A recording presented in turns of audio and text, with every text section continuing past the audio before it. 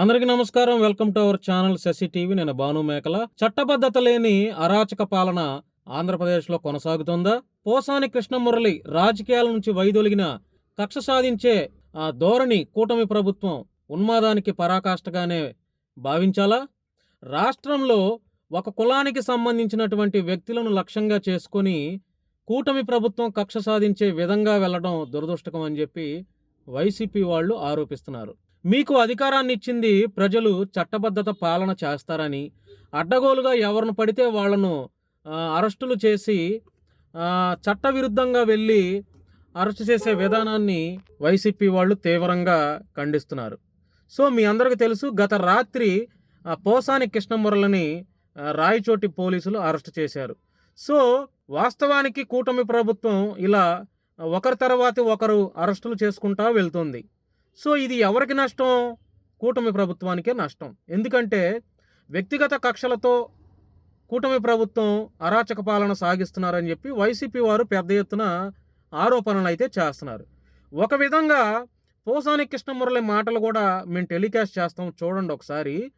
పోసాని కృష్ణమురళి మాటలు కూడా ఏమైనా సమాజంలో ఒప్పుకునే విధంగా ఉన్నాయా అంటే అది కూడా కరెక్ట్ కాదు. ఎందుకంటే ఆయన అంత దారుణంగా ప్రస్తుత ఉప ముఖ్యమంత్రి పవన్ కళ్యాణ్ గారిని, ఆయన భార్యని, ప్రస్తుత ముఖ్యమంత్రి నారా చంద్రబాబు నాయుడు గారిని, ఆయన భార్యని, ప్రస్తుత మంత్రి నారా లోకేష్ గారిని, అప్పుడు వీళ్ళందరినీ వాళ్ళు ప్రతిపక్షంలో ఉన్నప్పుడు పోసాని కృష్ణమురళి అధికార పార్టీ ప్రతినిధిగా చాలా దారుణంగా అవాకులు చవాకులు పేలటం మనందరం చూసాం.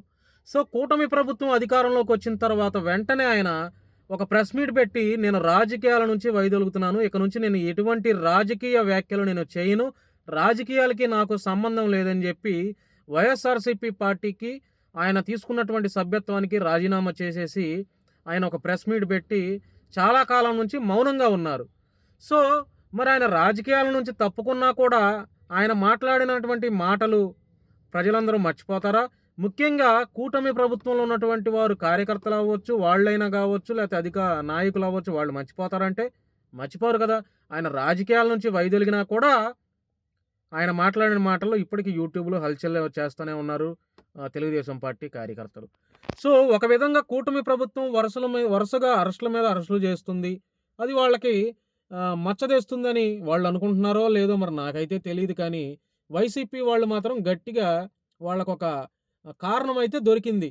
కూటమి ప్రభుత్వం కక్ష సాధింపు చర్యల్లో భాగంగా ఇవన్నీ చేస్తుంది, పాలన మీద దృష్టి పెట్టాలి అని చెప్పి వైసీపీ వాళ్ళు ఆరోపిస్తున్నారు కూటమి ప్రభుత్వం పైన. మరొక విధంగా పోసాని కృష్ణమురళి మాట్లాడిన మాటలు ఏమన్నా సమాజంలో ఎవరైనా స్వాగతించే మాటలా అంటే అది కూడా కాదు. ఈయన చేసిన తప్పులే, ఈయన చేసిన తప్పుల ప్రకారమే వాళ్ళు అరెస్ట్ చేస్తున్నారని మనం అనుకున్నా, లేకపోతే ప్రజలు అనుకున్నా, వైసీపీ మాత్రం అంటే ప్రస్తుత ప్రతిపక్ష పార్టీ వైఎస్ఆర్సీపీ మాత్రం గట్టిగానే ఖండిస్తుంది. వాళ్ళు కూడా నాయకులు బయటకు వచ్చి పోసాని కృష్ణమురళి అరెస్ట్ చాలా దారుణం, ఉన్మాదం అని చెప్పి వాళ్ళు రకరకాలుగా మాట్లాడుతూ ఉన్నారు. సో ఈ వీడియో పైన ప్రజలైనటువంటి వారు అంతిమంగా న్యాయ నిర్ణేతలు మీరే కాబట్టి మీ యొక్క అభిప్రాయాల్ని కామెంట్ రూపంలో తెలియజేస్తారని మనస్ఫూర్తిగా కోరుకుంటున్నాను. సో చూస్తూనే ఉండండి శశి టీవీ. సో మా శశి టీవీ ద్వారా ఇంకా మంచి మంచి వీడియోస్, సమాజానికి పనికొచ్చే వీడియోస్ మీకు ఎప్పటికప్పుడు మేము అందిస్తామని మనస్ఫూర్తిగా తెలియజేస్తున్నాను.